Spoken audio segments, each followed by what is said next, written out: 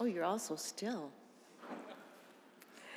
10 years ago, I was across the rotunda in the other chamber, preparing to give my remarks, farewell remarks, as I am today, 10 years ago at a podium much like this one.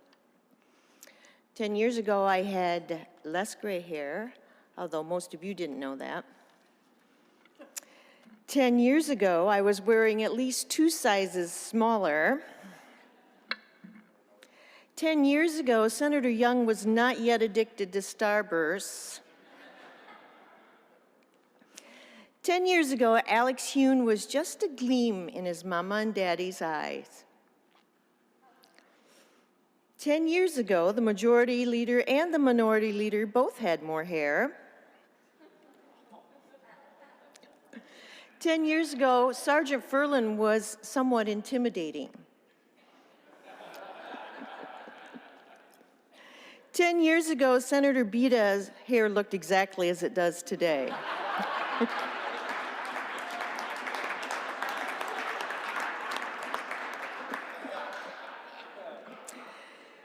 10 years ago, Senator Casperson had no grandchildren. 10 years ago, my successor in this chamber was out digging a drain field for a septic installation, never dreaming he would be selecting a seat in this chamber in 2019. 10 years ago, Senator Brandenburg thought he was the toughest guy here, and he still thinks that. 10 years ago, Senator Hansen was not sneaking me Dove chocolates. 10 years ago, Lieutenant Governor Kelly was a state rep, had only 2 kids, a wife who stayed home, and was looking ahead to a Senate run. 10 years ago, I thought human trafficking was prevalent in India and the Ukraine and any other foreign country, and not 2 blocks from where I stand today. Because the Lieutenant Governor chose to serve in the Snyder administration, and for that I should thank him, I had the privilege of serving the wonderful folks in this 33rd district.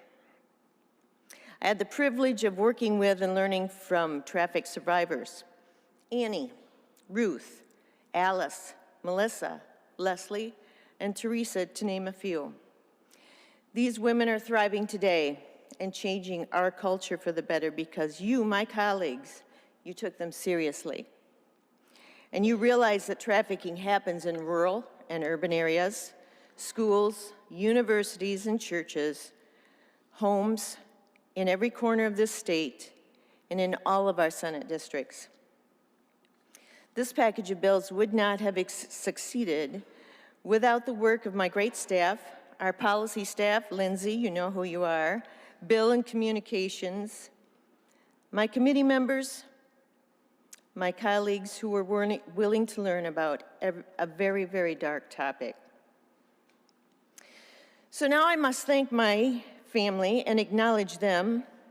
Jerry, my long-suffering husband, my mother Phoebe, who's even longer suffering, our 3 children and their families. Their support and understanding during my tenure here, and especially as I travel the state and beyond, working to educate about human trafficking, was the greatest demonstration of devotion. So 10 years ago, I did get quote of the day. I regaled you with a story about a classroom that I read to, and one of the students went home and told his mom that I had been there to read and that my job was as a public serpent. And I do stress when I go out that we are public servants.